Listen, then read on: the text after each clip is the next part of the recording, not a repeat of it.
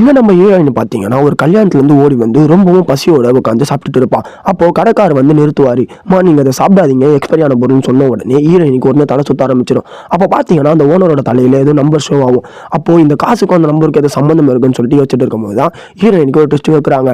அப்போ இவளுக்கு rate of என்ற பார்க்குற ஒரு சக்தி இருக்கும். இதை வச்சு நம்ம எதனா பண்ணலாம்னு சொல்லிட்டு யோசிச்சுட்டு இருக்கும்போது பக்கத்தில் இருக்க லாட்டரி கடைக்கு போறா.